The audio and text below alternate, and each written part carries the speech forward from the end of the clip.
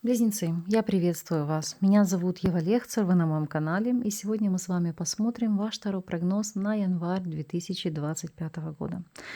Уже начнем с вами новый годовой цикл раскладов, поэтому посмотрим, какие энергии откроют вам этот год, какие события произойдут и в целом на что стоит рассчитывать в течение этого месяца. Прежде чем приступим, напоминаю всем потеряшкам, кто потерял свои видео на год, поэтому они есть в инфобоксе, в первом закрепленном мной комментарии под каждым из видео для вашего знака зодиака.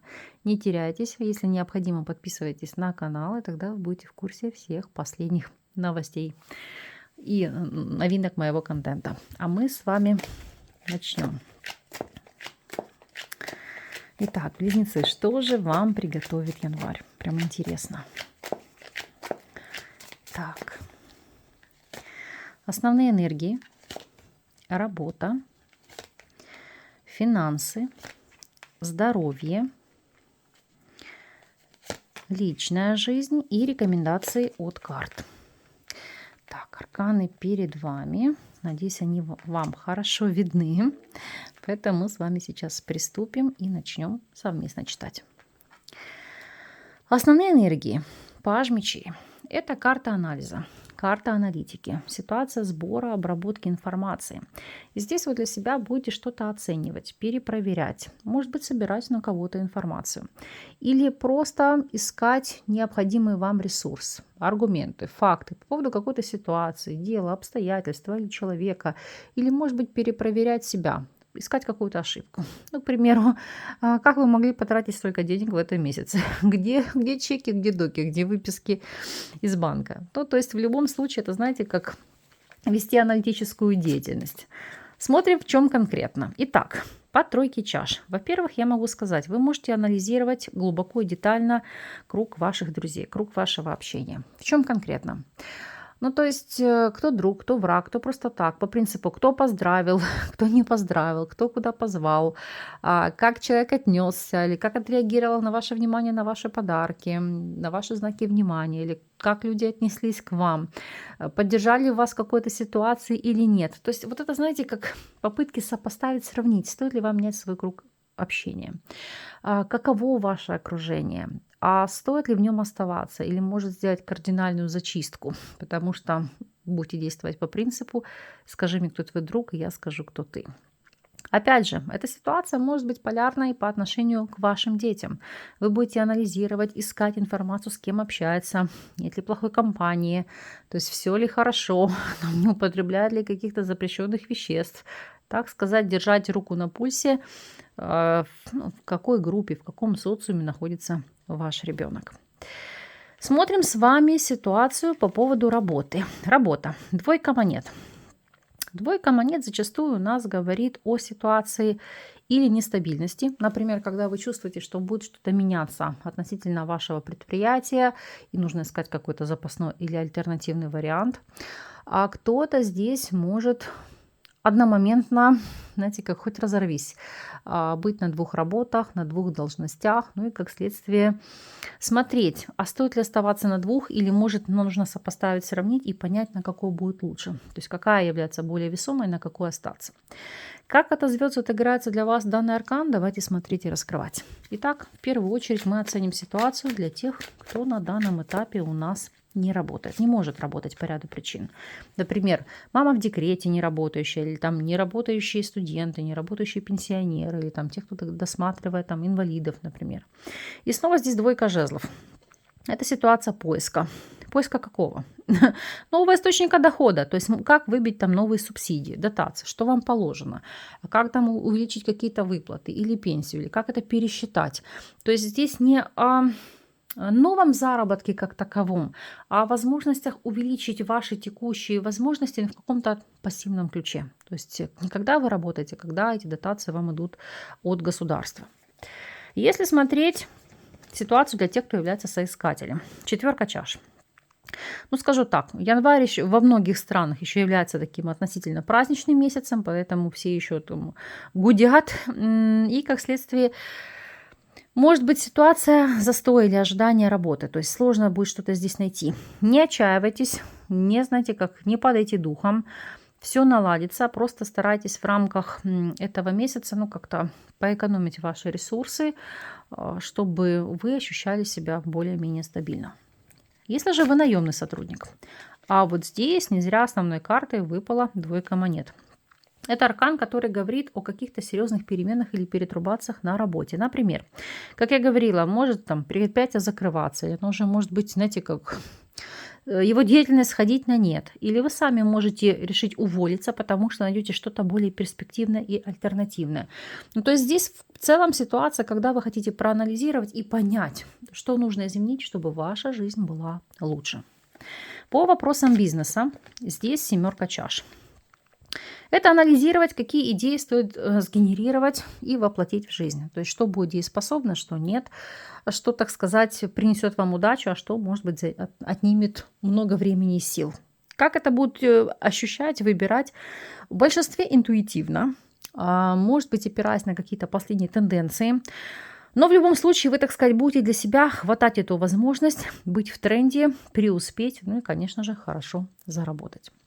Финансовая сторона вопроса по десятке чаш. Итак, даже для тех, кто у нас на текущий момент без работы, десятка чаш – это ситуация, когда вас финансово могут поддерживать близкие. Опять же, десятка чаш – это ситуация, когда заработок есть, хватает не только на базовые нужды, но и порадовать своих близких, может им помогать финансово.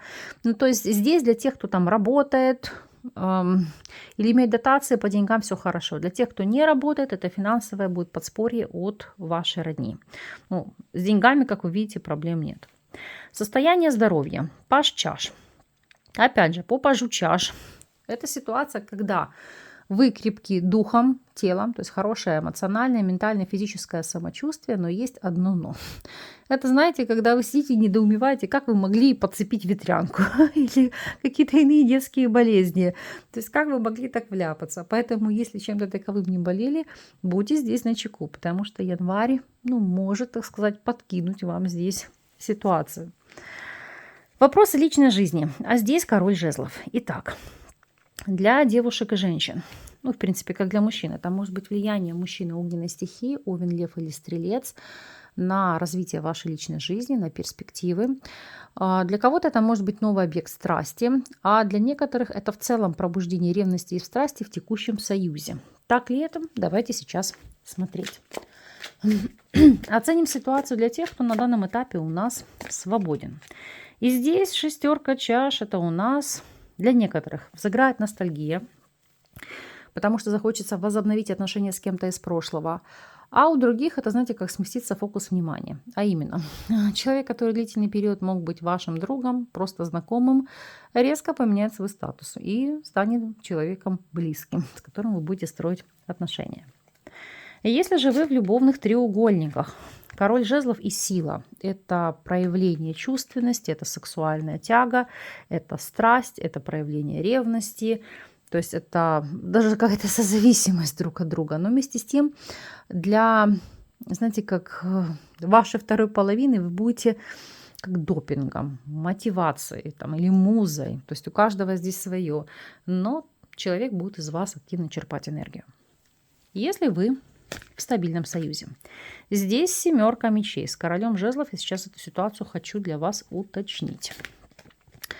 Так, на повестке дня у девушек может здесь появиться ухажер, который активно будет пытаться завоевать ваше внимание. Для мужчин, к сожалению, есть риск появления соперника, поэтому здесь нужно будет побороться, так сказать, за укрепление связи в семье и отсечь все поползновения новых воздыхателей.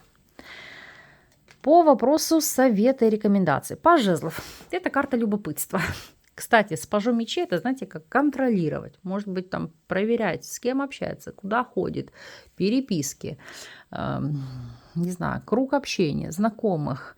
Опять же, кто там так подбивает активно клинья. А вот эта ваша бдительность на самом деле сыграет вам хорошую службу, потому что позволит предотвратить, краха вашего союза или разрушение отношений. Поэтому в какой-то степени эта искра, она, знаете, как даст свой плюс, свои положительные перемены. И мы посмотрим с вами еще неожиданность периода. Что у вас здесь? Так, сердце. Так, маяк и солнце.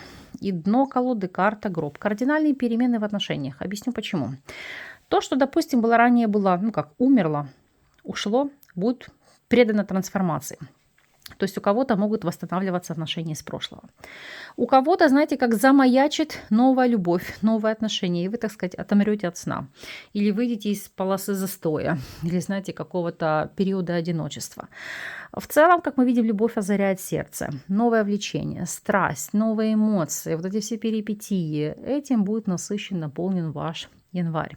Ну и, конечно же, сердце, маяк, солнце. Это также может быть ситуация, когда вы эмоционально прикипите к чему-то новому. То есть новое хобби, новое увлечение, новое творчество или, может быть, новые знания. У каждого это свое. Но вы прям будете гореть этим. Это будет для вас маяком вашей души. Поэтому январь, несмотря на то, что здесь, обратите внимание, нет старших арканов в основных позициях, то есть месяц такой проходящий, но уже вам сулит знаковые трансформации. Поэтому, кто ждал, готовьтесь. Скучно точно не будет. Я в любом случае закрываю вам все в положительном таком ключе, чтобы ваши желания, цели, мечты были реализованы. И, конечно, чтобы вы были счастливы. Вот таким вышел расклад на январь. Надеюсь, он вас порадовал. От вас я буду ждать обратной связи по прошествии периода. Поэтому не забудьте маякнуть. Для тех же, кому актуальны индивидуальные консультации или обучение на картах Таро, то ссылки на мои контакты вы всегда сможете найти под любым из моих видео или в шапке YouTube канала. Я вас благодарю за просмотр. С вами не прощаюсь. До новых встреч.